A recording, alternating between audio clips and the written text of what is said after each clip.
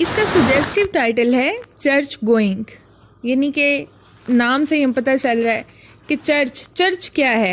It's a holy place according to Christian, यानी कि church जो होते हैं वहाँ पे वर्शिप के पर्पस के लिए, प्रेयरिंग के लिए यूज़ किया जाता है।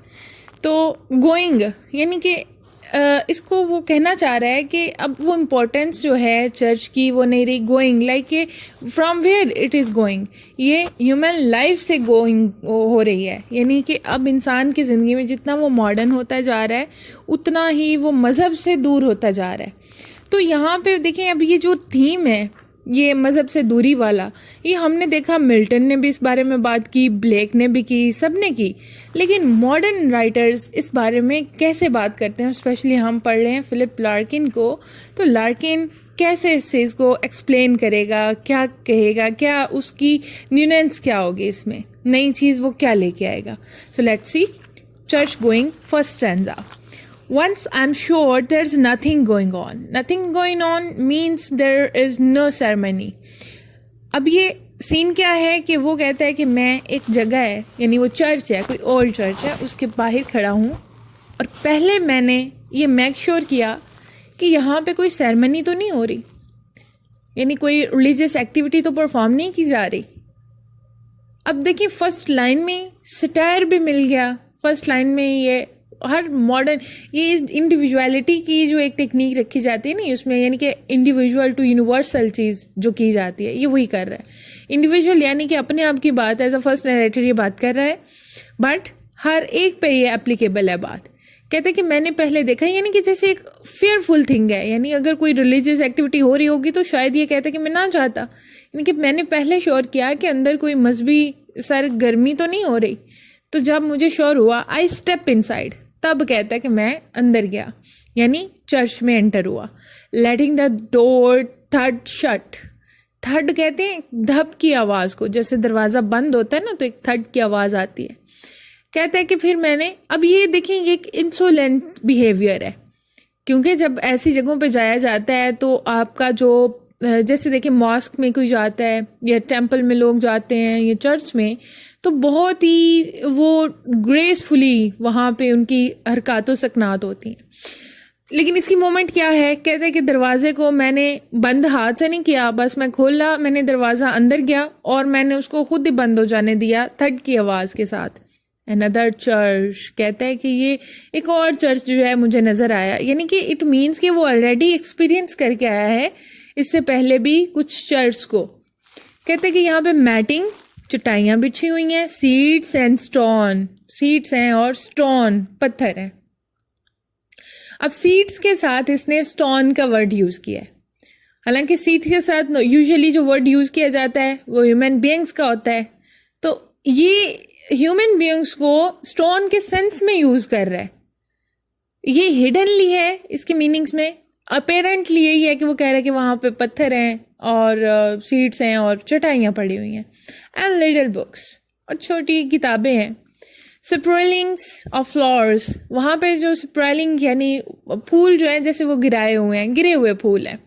कट फॉर संडे, जिनको संडे के लिए, क्योंकि संडे जो है वो उनका एक डे ऑफ वर्शिप होता है क्रिश्चियंस का, तो कहते हैं कि इतवार के लिए जो है ना इन्होंने ये फ्लावर्स कट किए थे, सो वो पड़े हुए हैं, उनको स्प्रिंकल किया गया था, यहाँ पे बिखराया गया था, सो वो हैं। ब्राउनिश नाउ, जो कि अब ब्राउन हो चुके हैं, अब रेडिश नहीं रहे, फ्रेश नहीं रहे।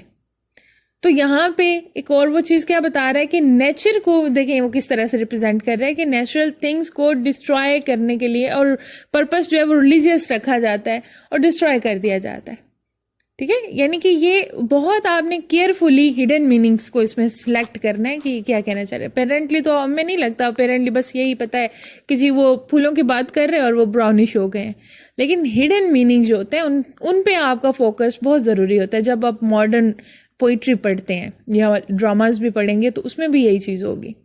सम brice and stuff up at the holly end, यानी कि इनकी ये एक मॉक करते हुए कह रहा है कि इनकी एंडिंग जो है वो अर्ली हुई है, यानी कि चलो किसी गुड पर्पस के लिए इनको यूज़ किया गया।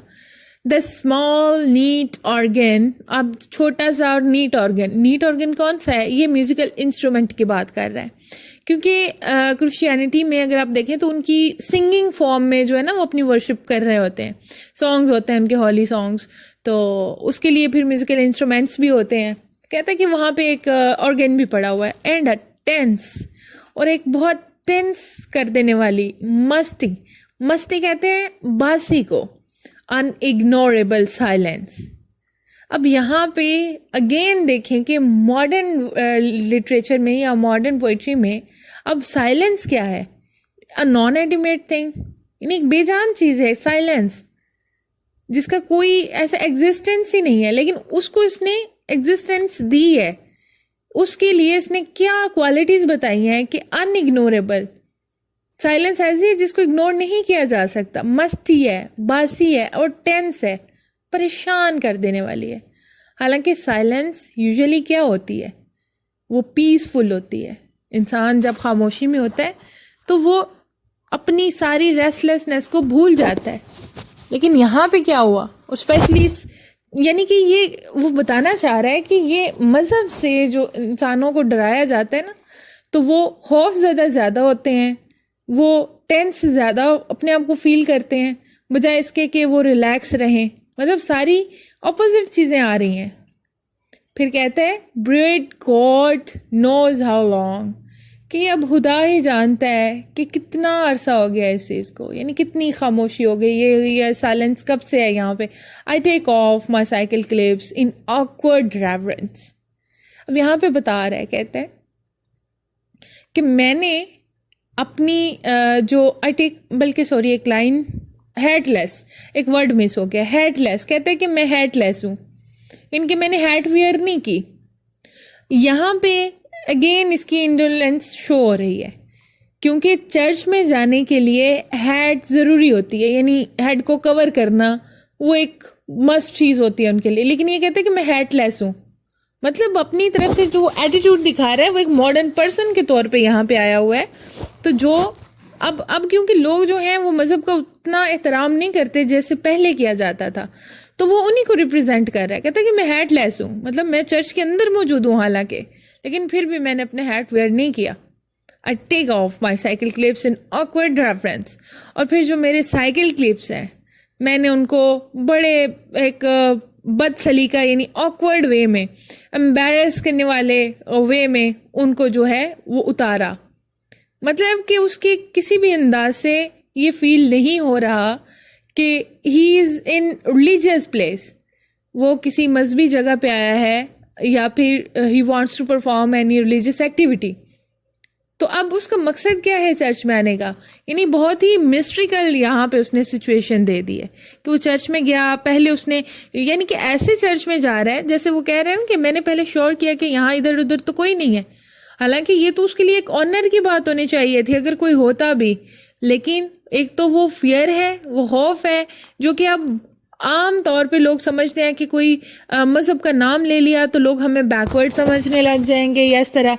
तो इस सेंस में वो बात कर रहा है कि मैंने इसलिए कंफर्म किया कि कोई है तो नहीं, और जब हालांकि वो कह रहा है कि मैंने देखा है कि कोई भी नहीं है, तो यहाँ पे एक डुप्लीसिटी उसकी नज़र जो आ रही है, डबल फेसनेस क्या है उसकी, कि अगर कहते हैं कि लोग होते तो फिर जाहिर है ये एक अच्छे मैनर्स में आता, यहाँ पे हैट वेयर करके आता और अच्छे तरीके से, लेकिन अब वो क्योंकि उसे पता है, मतलब एक और रियलिटी एक्सपोज जो कर रहा है वो ये कि मज़हब जो है ना वो भी अब लोगों के लिए ये इंसान वो सारी एक्टिविटीज़ रिलीजियस परफॉर्म कर रहा होता है कि अगर लोग इर्द गिर्द होते तो वो अच्छे तरीके से वहाँ पे जाता और सारा कुछ होता, लेकिन अब उसने कंफर्म कर लिया है, he is sure about it कि there is nobody over there. तो जब कोई भी नहीं उसे नज़र आ रहा तो फिर वो उसे अल्लाह ताला का कोई खौफ नहीं है, बस वो उस चीज़ को लेके कि मैं अकेला हूँ तो अपनी मर्ज़ी से ही वो आ जा रहा है। यानी कि वो मैनर्स के अकॉर्डिंग या जो रूल्स हैं किसी चर्च में एंटर होने के, उसके अकॉर्डिंग नहीं आ रहा। Move forward, run my hand around the font. Font यानी वहाँ पे कहता है कि एक फॉन्ट, एक जो है ना वो फवारा, फाउंटेन, वो लगा हुआ है। तो कहते हैं कि मैं आगे बढ़ता हुआ अपने हाथ को भी उसके इर्द गिर्द घुमा रहा हूँ। फ्रॉम वेयर आई स्टैंड, जहाँ पे मैं खड़ा हूँ, the roof looks almost new. यहाँ पे जो छत है वो नया लग रहा है।